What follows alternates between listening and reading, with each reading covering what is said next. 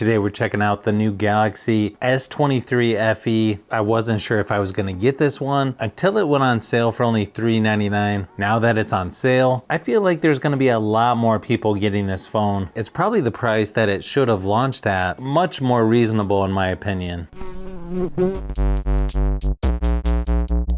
Some of the specs on here, it comes with a 6.4-inch dynamic AMOLED 2X display, 120Hz refresh rate at 1080 by 2340 resolution. It's using Gorilla Glass 5. It comes with a Snapdragon 8 Gen 1 processor. I believe it's a Exynos 2200 for the international version. It's got 8GB of RAM, 128 or 256GB of storage. This comes with a 4500 milliamp hour battery. A little slower charging though, only up to 25 watts. Okay, this mint color actually looks really nice on here. Also has a nice matte finish along the edges and around the cameras. Power and volume buttons on the right hand side. SIM card tray there on the top. Charging port and speaker down there at the bottom. Just a quick size comparison, you can see the design overall definitely feels like an upgrade from the S21 FE, but as you can see here, it looks almost identical to the Galaxy A54 5G. As far as bezels go, you are gonna notice there's a little bit larger bezel down there at the bottom. Not really that big a deal, just something that I noticed. When setting up, you've got face unlock, fingerprint, PIN, password, and pattern.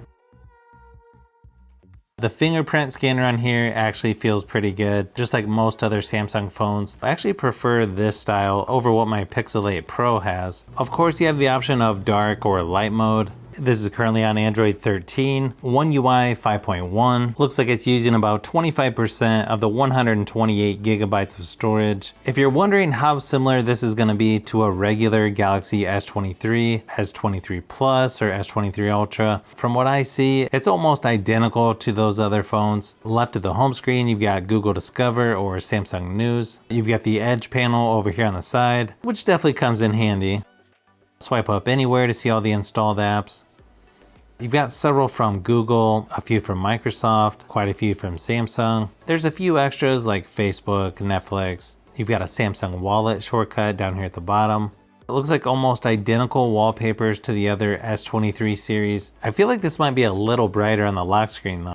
You can watch YouTube videos at upscaled 4K resolution. To me, the screen quality on here looks really nice. Probably just as good as the regular S23 series. It's got good contrast, fairly dark blacks, and it's just what you would expect from a Samsung phone. I'll swipe down anywhere to get to your notifications. You got most of your typical stuff here, like Wi-Fi, sound, Bluetooth, auto rotate, airplane mode, flashlight. You also have link to Windows, screen recorder, power saving. You've also got Samsung DeX, quick share, smart view, nearby share, high comfort shield, dark mode. If you hit the little plus, there's quite a few others that you can add on here as well, like Dolby Atmos, secure folder, and so on. Obviously, there's a lot of variables when it comes to battery life, but I ran my typical battery drain test at 100% screen brightness, and it lasted about 11 hours, definitely above average compared to some of the other phones I've tested. It takes just over an hour to charge back up, which seems pretty typical as far as charging speeds go. But nice thing is you also have wireless charging on here as well, which I know comes in handy for me when I'm driving.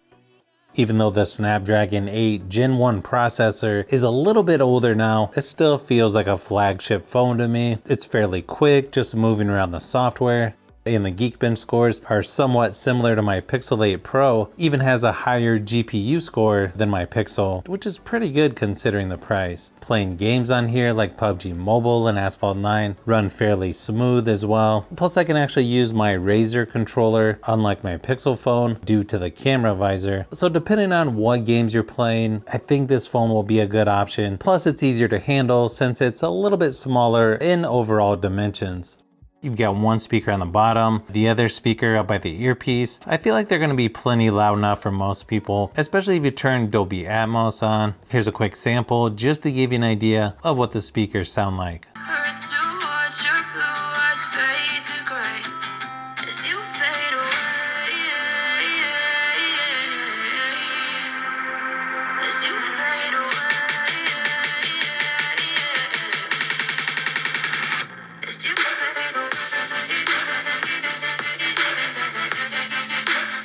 You get a triple camera setup here on the back, a 50 megapixel wide angle, 8 megapixel telephoto, and a 12 megapixel ultra wide. Then it has a 10 megapixel front facing camera. Now inside the camera app, you're gonna have portrait, photo, video, and more. You've got pro video, night, food, panorama, super slow-mo, slow motion, hyperlapse, portrait video, director's view, and single take. You can even shoot up to 8K resolution at 24 frames per second for video recording. Not sure that I would need that high a resolution, but still nice to have, I guess.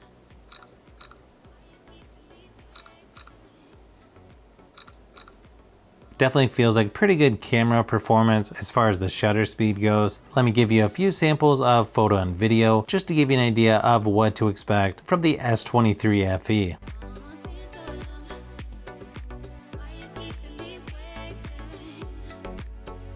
While the photo and video quality isn't gonna beat the S23 Ultra, it's still pretty good in my opinion. And so far only has a little lag here and there that I've noticed when taking photos. The rear facing cameras are definitely better quality than the front, but overall seems like nice quality for this category of phone. I know I've got a few other phones that I'd like to compare to this, but so far I definitely like what I'm seeing on this more budget friendly S23 FE. And I've got a lot more tablet videos I'm working on as well, so you'll want to keep an eye out for those upcoming videos.